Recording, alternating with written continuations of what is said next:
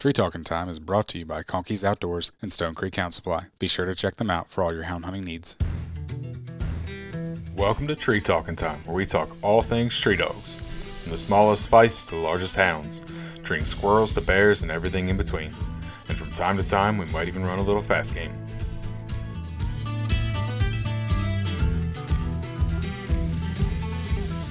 Welcome back to another episode of Tree Talking Time. This episode's a little different. Over the past 2 years, this will be the first, I think, dedicated rabbit hunting beagle podcast that I've done.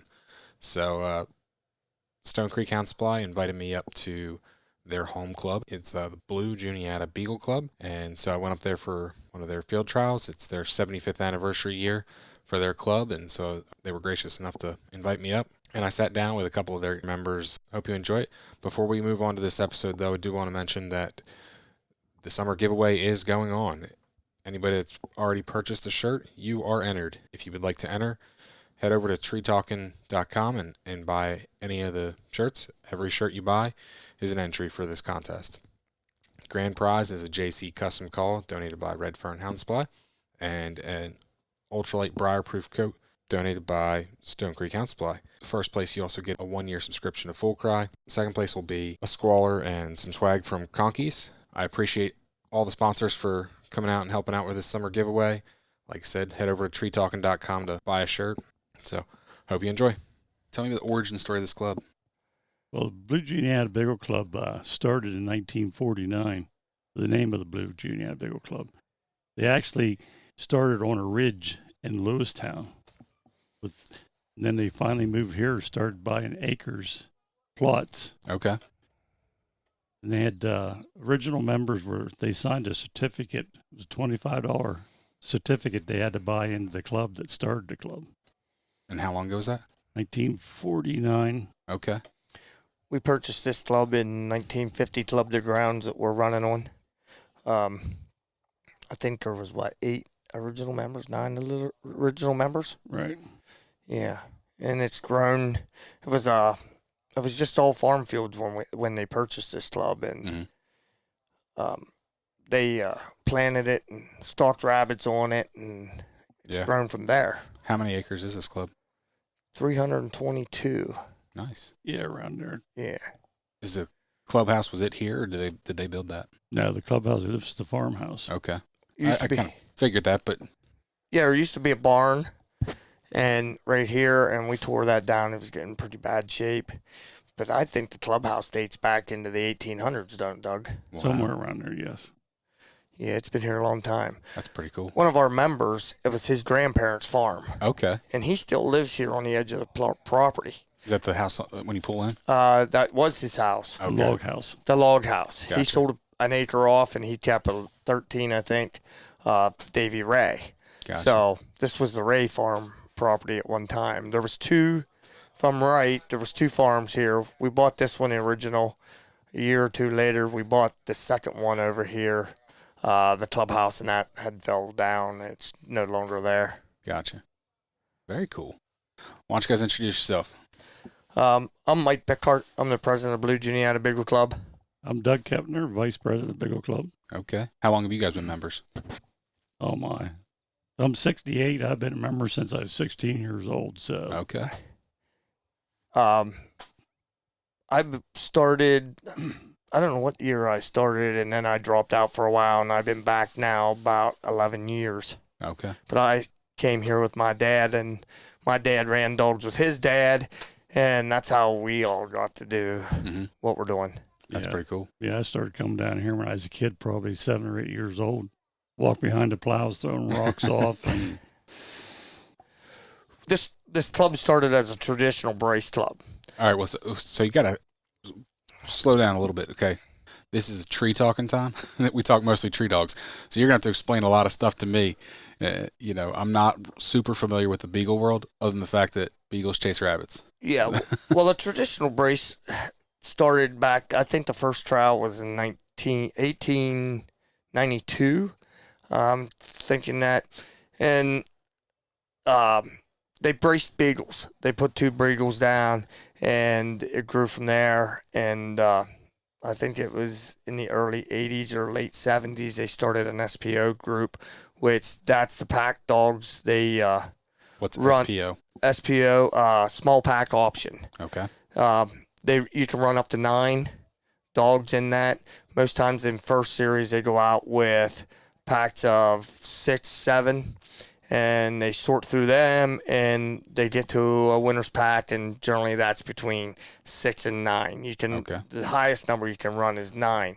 Now this club, we switched over in about 2000 to a more speedier dog.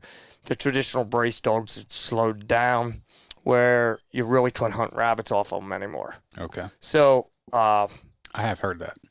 we went to a gun dog brace, which was a little speedier dog. It was run the same way. You put 2 dogs down on the ground. Anything over 21 dogs, you can trio them, so you run 3 dogs, and they sort through them. And so that was in the early 2000s. We went to that.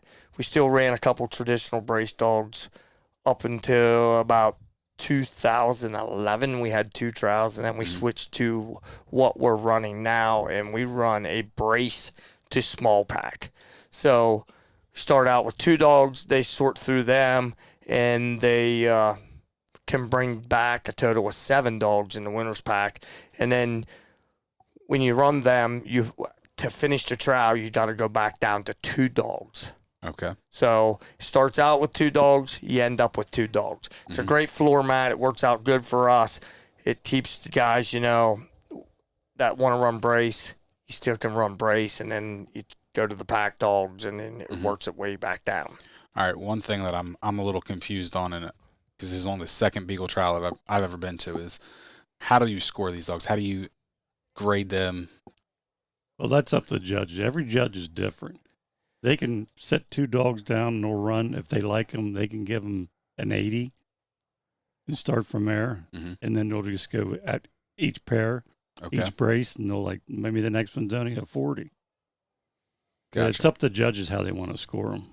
So in that winner's pack, you could have 2 dogs from the same brace? Yes. Advance? In a pack trial, you can. In a brace trial, you can. But then the second dog that would be in that brace would be a defeated dog. It's pretty tough to win the trial as a defeated dog because you can't run against the brace mate that you ran with originally. Okay. And so you can't move any higher than that dog unless they throw that dog out. Gotcha. The SPO trial, they score, they go out, they put it down. When I judge, I score on hunt. The dog's got to hunt for me. All right. In the brace trial, they go out and jump a rabbit and put the dogs on the rabbit. In a SPO trial or this trial, we cast our dogs. They're supposed to hunt. All right. If they don't hunt, you can pick that dog up for no hunt, or you could continue. And a lot of guys won't score a dog that don't hunt. Then we go out and they start running. So how we do the SPO stuff is we give them check marks for checks. Check is where you come to where a rabbit might have turned or whatever, or breakdown, and then we wait and see what dog can fix that, or we can score on drive. The dog gets running in the front and pushing that rabbit. We score that way. So there's a number of ways to score. But in the SPO stuff, we give check marks, and then we start picking dogs up. The dog's generally with a low score, or he's coming around the block, or he's on the side running. He's not running the rabbit. They generally try to eliminate that dog, and that's how they score them. And then the dogs with the most score, a lot of times in the pack, they'll bring 2, 3 dogs from that pack back. And then they'll go to a second series if they need that, or they'll go to the winner's pack. With the brace dogs, they do, like Doug said, they score by 80, whatever.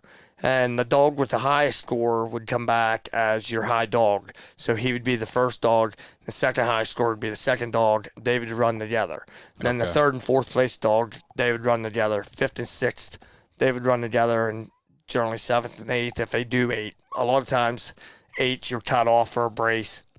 and they'll go out and they'll score that dog in a brace trial. They'll go out and the dog that beats the other dog, that has the least amount of faults, that can run the rabbit. That's how they do that. And once they do that, if this first place dog stays the high dog, won the brace, then that dog will stay high, and then everything else has to try to come up and beat the dog in front of that, and until you get the top dog. A lot of times, the second place dog might beat the third or fourth place dog, and then the trial's pretty much over. You can't. No dogs behind that can come up and compete for the win.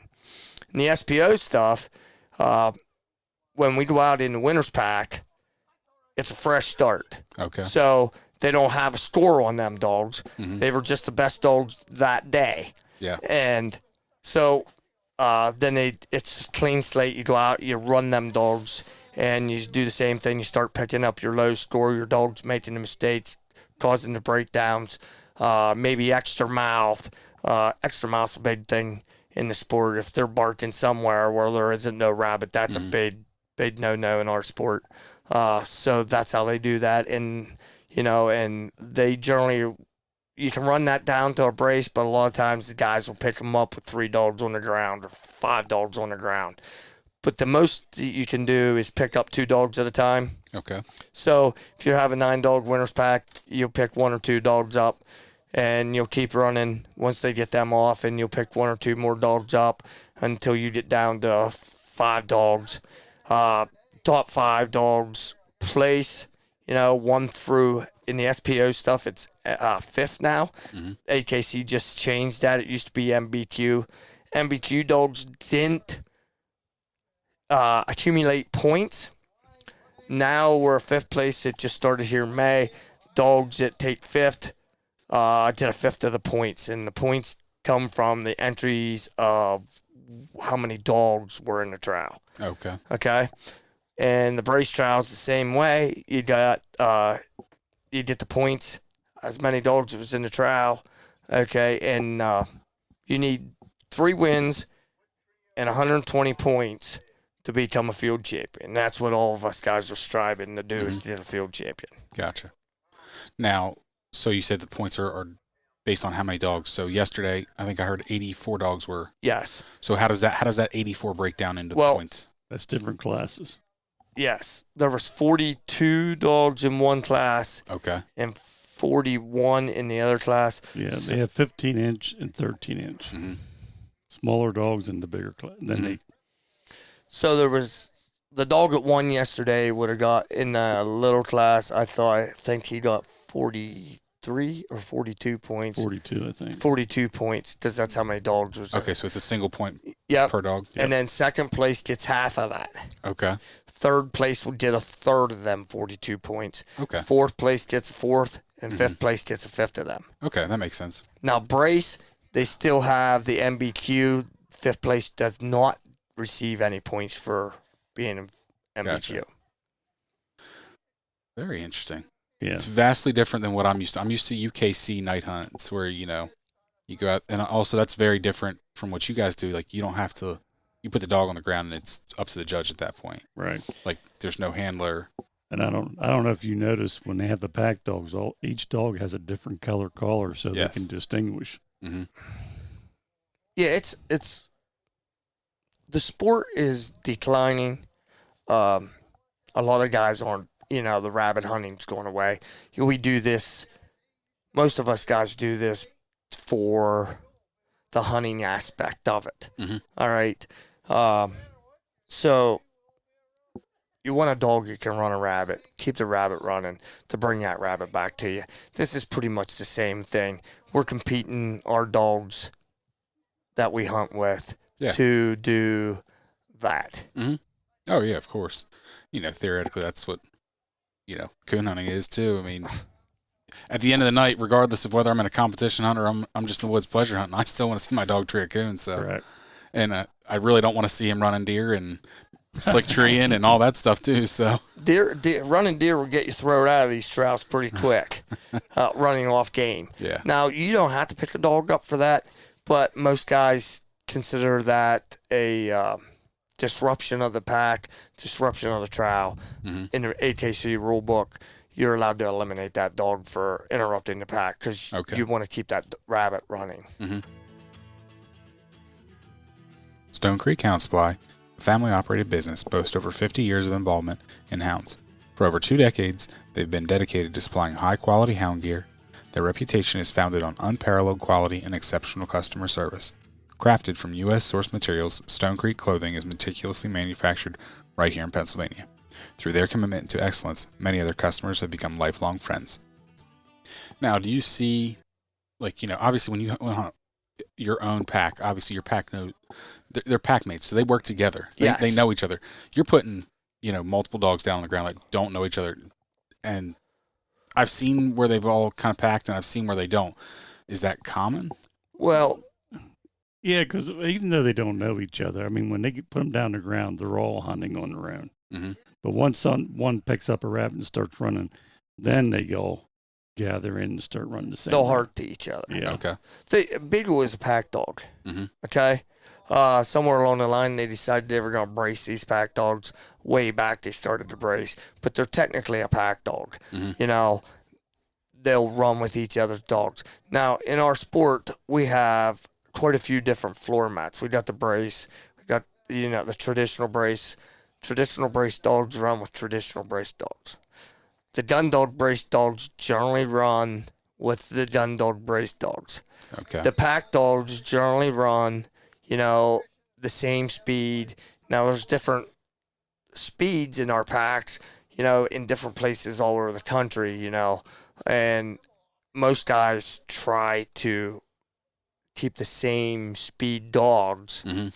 Together, so you're not, there's a hare group, large pack group, and and we run a small pack group here on rabbits, and a lot of guys there's trials up in the northern states for large pack, and most of the league is that. What's a large pack? Well, if there's 30 dogs there, they'll throw all 30 dogs down. All right. I'm sure that sounds good. Yeah. I've never been to one. They say it's a lot of fun. I don't know much about it, but that's more your guys in the northern states that do the hare hunting. I don't know and how you stuff would judge that.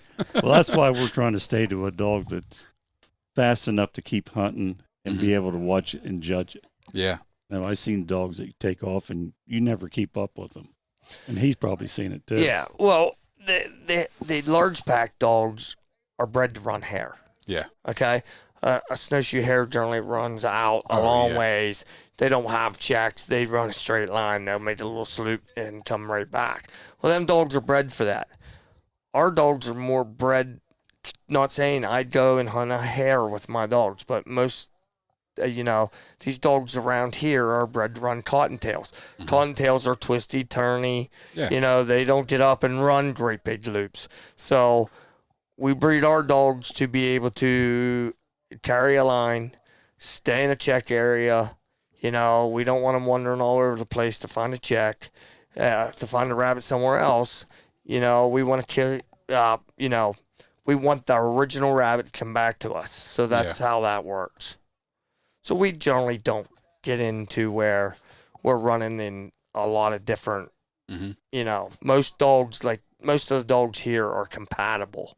I gotcha. Because they know the judges. Mm-hmm. And the judges bring, they know what the judges like, so they bring their dogs that are compatible for this type of event. Yes. Mm-hmm. So what does your actual pack at home look like? What do you strive for?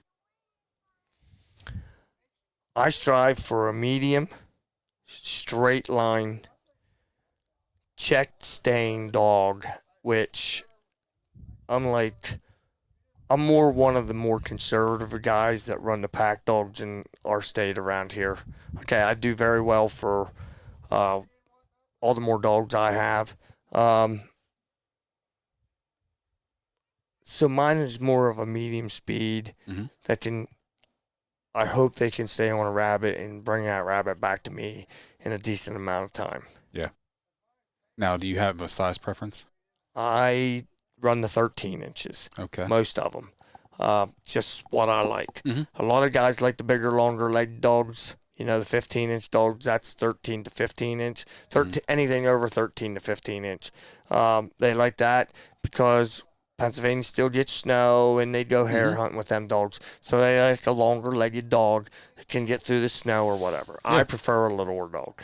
How about you, Doug? Well, actually, I don't have any dogs. You don't even have any? Nope. Man. When my father died, we sold our Beagles off. I'm more or less, I like to work down here. Okay. Come to the trials and help out. But I'm like him. I like a conservative dog. I want a dog that'll show you where that rabbit went. Even though you didn't see the rabbit, the dog should be able to show you where the rabbit went. Yeah. And control. Gotcha. That's what he's. His dad was here, and him and his brother have been here since the early 70s as members. And his dad was a traditional brace guy as long as my dad was. Okay. And the dogs have got in the traditional brace have got so slow that you really can't hunt off them dogs anymore. You so can walk behind them. Yeah, so that's why. The gentleman that he had a hard time getting around this morning. Yes, Okay. Steve, yes. He was saying, I can follow these dogs. Yeah, yeah. So that's probably the sport that I think there's a dog out there for everybody. Okay, I know a lot of the traditional brace guys. I was running around with them guys since I was little, and I do run into them and talk to them once in a while. Them guys have got to an age where that's what they can run. And there's nothing wrong with that. Yeah. We're all houndsmen. Okay? So there's a dog out there that suits you. It don't matter how old you are. Yeah. You know, the traditional guys, like I said, are getting old. They go out and they take their dogs out in golf carts, you know, because a lot of them guys are in their late 80s and 90s. And we had to have something for them guys. They've been doing it a long time. Some of them guys have been doing it 60 or 70 years. So there has to be something for them. We should never run down anybody else's dogs. You would never hear me do that. You know, I don't prefer a lot of dogs out there, but You don't tell them. yeah, you know, you just got to be, or something for everybody. If you want to run a real hard dog, more power to you. Yeah. Okay, you run a walkie-talkie is what they call, then more power to you. I just enjoy what I'm enjoying. I'm just enjoying what I run now. No, for sure. And that makes sense. And, you know, I was just telling Don over here, you know, there's a reason I don't hunt a competition style walker dog. I said, where I hunt, I said, that'd get me in a lot of trouble for coon hunting. I said, they're go deep real fast, and I need something that stays a little closer, that listens a little better, like, you know, just for where I live and where I hunt. And also it's just what I enjoy. So I get it. It's getting outdoors and meeting people and just watching the dogs run. And yeah. You know, like Doug, he has two boys that are members here too, and they're at the stage in their life where they can't have dogs either because one has kids and one lives in D.C., you know, and they come here and they enjoy the hunting aspect, you know, for the deer hunting. That's the only thing you're allowed to hunt on here, deer and turkeys. Everything else you're not supposed to hunt here. No rabbit hunting at all, you know. While I understand at first glance, especially to a non-hunter, that seems like a really big oxymoron. Like, it's a beagle club, but you can't rabbit hunt. no, But it makes sense because you're holding trials here, so you want a good rabbit population. Yes. correct. That's why we put food plots in, keep them mowing.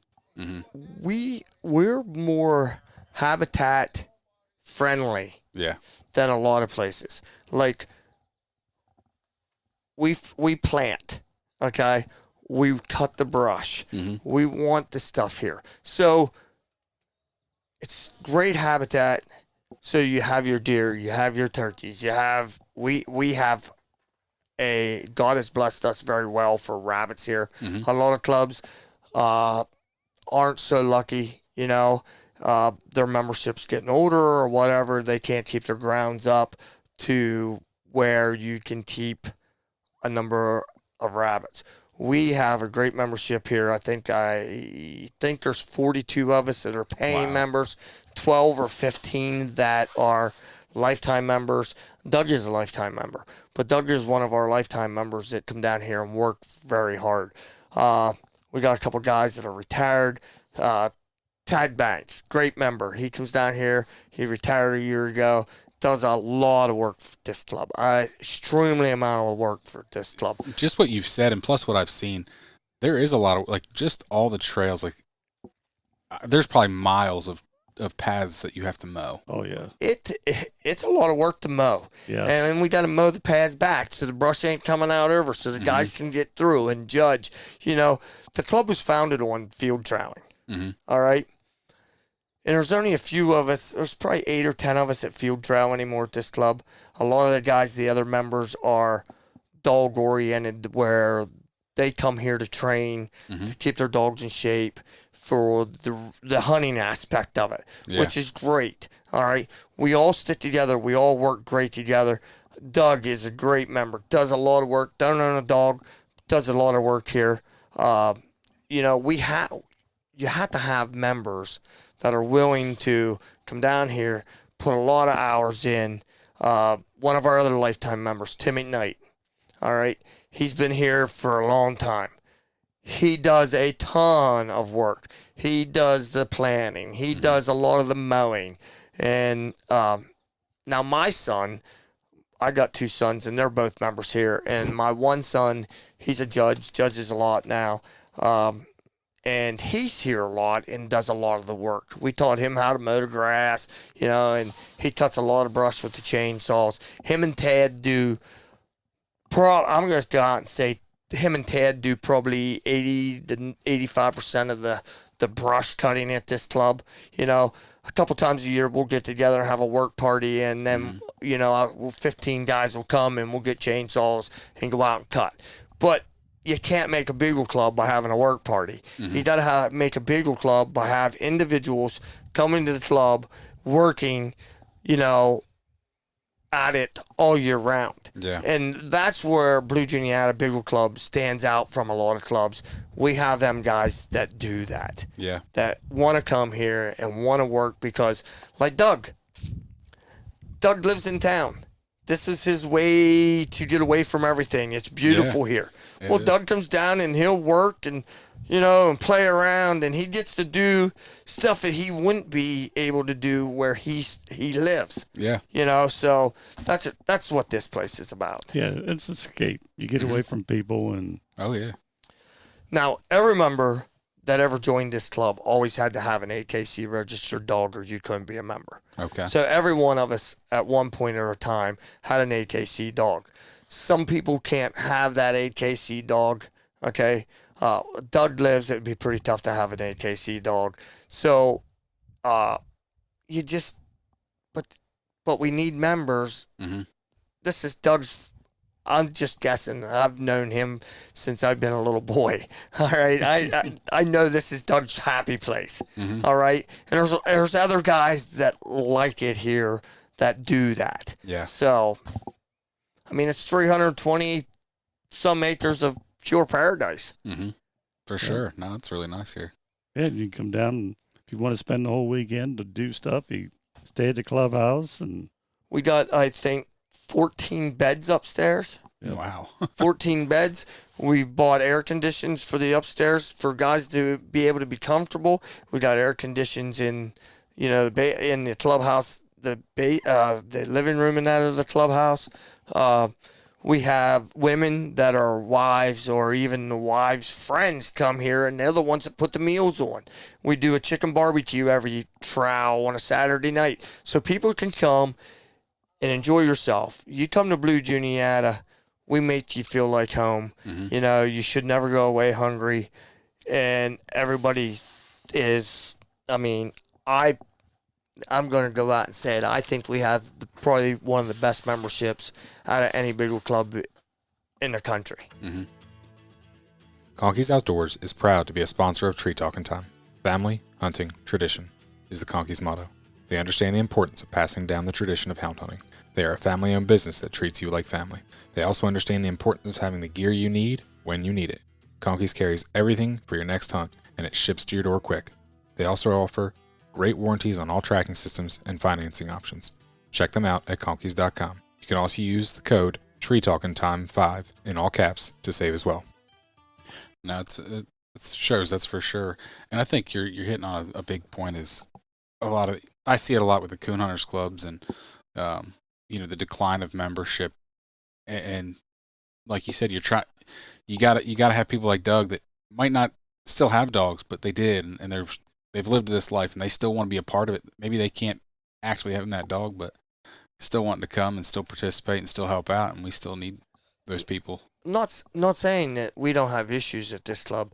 I mean, I get upset sometimes because we don't have all the membership show up and do something, or or whatever. But you're always going to have that. Mm-hmm. I'm one of the guys, and there's a lot of guys, and Doug feels the same way. It's important to us. So we want people to come and put their time and effort in to make the club better. Kim and Dawn Spickler, the Stone Creek guys, I mean, they can't do any work here. Dawn has a bad back, Kim, and so they come, and a lot of stuff that they do for us is sponsor. Mm-hmm. I mean, they sponsored a brand new sign for us. They sponsored jackets for us this weekend. But one thing Dawn does every year at this trial, he will cook the eggs. Yep. Okay? So Dawn's our cook in this June trial. He always, cooks the eggs. And then in October, we have the Pennsylvania Gun Dog Federation trial here. Okay. And that's generally a pretty big trial. Dawn and Kim set up for that, and they're a main sponsor of that trial too, So the club, I would say this club gets used on a daily basis with all our members. Wow. That's impressive. You wouldn't think that necessarily, but that's pretty cool. But That it's here. Unless you're retired, you don't use the club at all during the week. I mean, they come down in the evenings, on the weekends, and there's a couple that come in the mornings through the week that are retired. Yeah. I generally try to come, quite a bit during the week after work and run my dogs. But, like Doug just said, there's only a few of us that use it, but there's always someone. Mm-hmm. Someone here is generally every day to run a dog. Right. Yeah. That's pretty cool. And it's also really cool that you guys have that ability. Like, my Coon Hunters Club, we own a building and a couple acres, but it's not like we own enough land to go turn some coonhounds loose on. I think that's the cool part about the Beagle Clubs is that you guys actually have managed land that you can then come train on. Don't quote me on this, but I still think there's like 70-some Beagle Clubs in the state of Pennsylvania. Mm-hmm. There used to be well over 100, and we lose some. We've lost some over the years, where they didn't have members or members just got tired of it and sold it off. But Pennsylvania is still holds more trials than any other state in the country. Wow. And so Pennsylvania is very fortunate. Mm-hmm. We have plenty of clubs here, and all them there's clubs for every floor mat in this sport. I didn't realize that we'd had more trials than everywhere else. That's pretty cool. Yeah. We entered. I wish I had the paper, but I know Pennsylvania dogs. There was more dogs entered in Pennsylvania as a whole last year than any other state, and it's like that every year. Wow. Now that's AKC? Yes. Mm-hmm. Okay. You guys are AKC only? We are AKC only. Okay. Yep, AKC only. We've tossed it around about holding a UKC trial here. Some of the older guys that have been here, our founding people, it was AKC, so we have stuck with the AKC. Not saying that we wouldn't ever entertain a UKC trial. We just haven't got to that point yet. Mm-hmm. And I think most of the clubs in PA are the same way. Gotcha.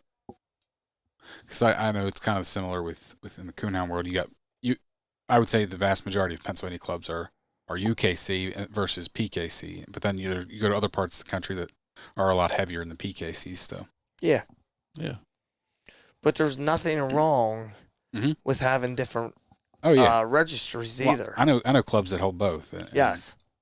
It's just a matter what people like. It's what people liked. And the hound, just my experience. I mean, there's a lot of people that talk bad about this and that, and but everybody has to realize at the end of the day, we all own sporting dogs, Mhm. So we need to stick together. We need to fight the legislation Yeah. that is coming after us, Yep. to stop doing what we're doing.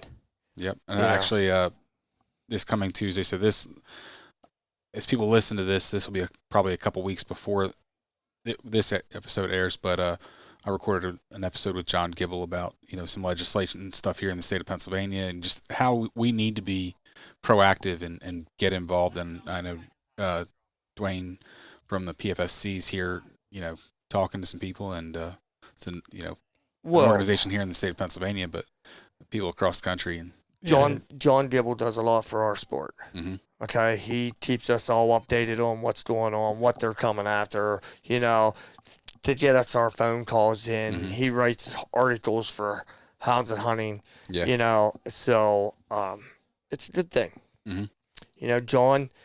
John runs what's called two couple pack. That's where he takes 4 of his dogs out and runs together, and they score that way. That's what John's mostly into now. Mm-hmm. That's a thing that's getting more popular and more popular in the state of Pennsylvania, because some guys don't want to run against other people's dogs. Mm-hmm. They want to run with their own dogs, so they're doing that. But no, John Gibble's a great guy for this sport. He keeps, there's a lot of good guys. Toby Fulver's another one of them guys that he's the president of PBGF. And he keeps up on that stuff. He used to work for the in the government, so he keeps up on a lot of that stuff. But the club's got to realize we need to, when there's something like that, and Gibble sends an email out or puts it on Facebook, we need to stick with that and voice our opinions. Yeah, for sure. And I think we saw a little bit of that earlier this spring, and I think we need to continue that. Because right now we've got some potentially unfavorable legislation on the table for us. So. Yeah, you can't find another sport where you can bring people together, kids, and have a fun. It's amazing. Like that's one thing I say all the time is like you get to meet people, you get to go out and hunt with people. When you deer hunt, you might go to deer camp and you get some of that camaraderie, but when you actually go hunt, you go hunt by yourself. Right. In this sport, there's only so many of us that run trials. Mm-hmm. Okay. There's generally a trial just about every weekend in the spring here and every weekend in the fall here, somewhere in the state of Pennsylvania. And a lot of us guys, we run every weekend and we'll see the same guys every weekend, and we become close friends. And, there's niches like that. There's a great thing going on in our sport right now, too. It's called the Junior Handler Program. Terry Gearhart is in charge of that, and he's from up in Coudersport. And he's striving to get young kids involved in the sport. My granddaughter's in the sport. She runs all my dogs, a lot of the trials. Mm-hmm. She's 8 years old. But there's a lot of kids out there. We got a kid named Zach Pitts. He's finished 2 field champions now, as a junior handler. And it's great. That's the kids that are going to keep our sport going. Yep. So Terry's got a great program going on. That's a guy you need to talk to sometime. Mm-hmm. He's a great guy. Got this program going in the right direction to try to keep the kids involved. I don't know how many kids are in that program, but I was up to their banquet last year, and there was quite a few there, Mm-hmm. young kids with their beagles. And it was a great time, and that's what's going to keep the sport going. Yep. Us old guys ain't going to keep it going. But it's going to be the young next generation, that is into this, and that's how it's going to go. No, I'm right there in the trenches. I've got some young kids. My oldest is 7, and so he's been hunting with me a little bit, and so trying to get him more involved. He's done some bench shows, and and that's what it takes. Getting them involved. What's really cool, Terry started this program probably 10 years ago, and you got to earn so many points over them years, and at the end, when you turn 16, if you did enough points and done everything you were supposed to in this program, he lets you design your own dog box. Nice. Well, the first 2 kids that ever got to do this were 2 sisters, the Cologne sisters. And so their mom and dad took them everywhere to run dogs, and they still come around. So That's awesome. it's great. One's going to be a vet. So yes, the program's great, and that's where we need to strive to get. Yeah. Awesome. You guys got anything else? No, I'm if that's. No, I really appreciate you guys taking the time to sit down. I know we're in the middle of a field trial here today, and you guys are busy, and so I really appreciate you taking the time to sit down and talk with me. We welcome. appreciate it. It's been a lot of fun. I appreciate Get it. back out to our fun. Yep. Yeah, a lot of work. Yeah, for sure. You can find me on Facebook and Instagram at Tree Talking Media. And until next time, keep 'em talking in the timber.